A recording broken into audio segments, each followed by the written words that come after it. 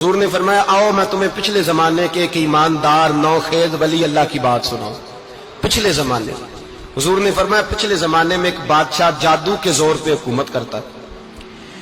جب وہ ایک جادوگر اس نے رکھا ہوا تھا تو جادوگر اس کو جادو بتاتا, وہ جادو کے زور پر حکومت کرتا. جادوگر بوڑھا ہو گیا تو کہنے لگا بادشاہ کوئی نوجوان میرے پاس بھیج دے, اب میں بوڑھا ہو گیا ہوں, میرا پتہ کوئی نہیں کب مر جاؤں. ایک نوجوان کی ڈیوٹی لگائی, بڑا زیرک سمجھدار, اپنے رعایا میں سے چن کے جو ذہین فطرت مزاج بچہ تھا وہ اس نے لگایا. اللہ کے محبوب علیہ الصلوۃ والسلام فرماتے ہیں بچہ جادو سیکھنے لگا, وقت گزرنے لگا. بچہ جب جادو سیکھنے جاتا تو رستے میں ایک راہب بھی تھا جو انجیل جانتا تھا. وہ اللہ اللہ سکھاتا, لوگوں کو حضرت عیسیٰ علیہ السلام کی تعلیمات سے آگاہ کرتا. اس نے دیکھا کہ یہاں بھی لوگ اکٹھے ہیں تو وہ بچہ اس راہب کے پاس بھی اٹھنے بیٹھنے لگا.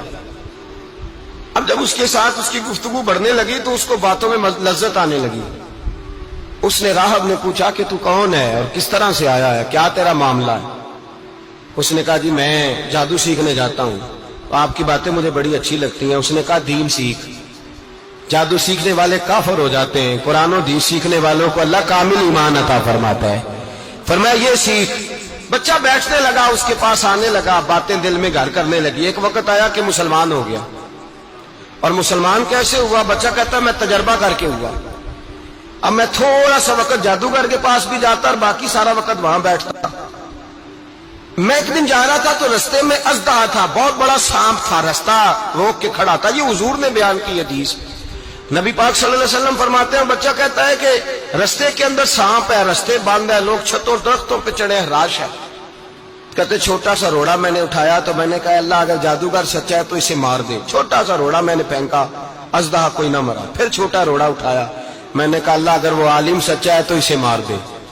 اب جب میں نے روڑا مارا تو اژدہا مر گیا.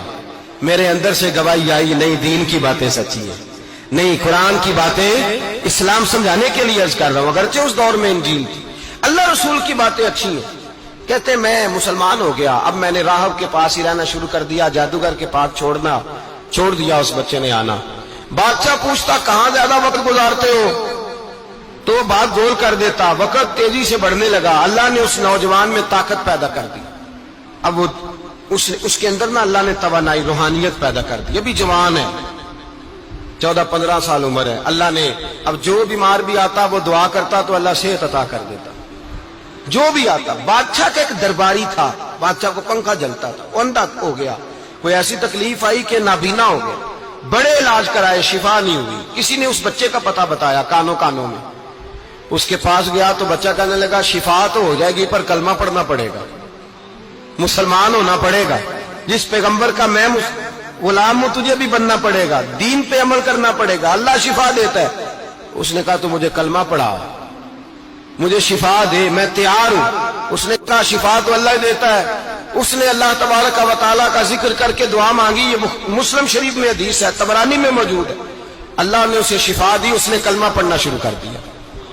یہاں ایک نقطہ لکھا ہے ہمارے علماء نے, کہتے ہیں جب اللہ ولایت عطا کرتا ہے نا تو یہ سفید بالوں والے کا حصہ نہیں ہوتی.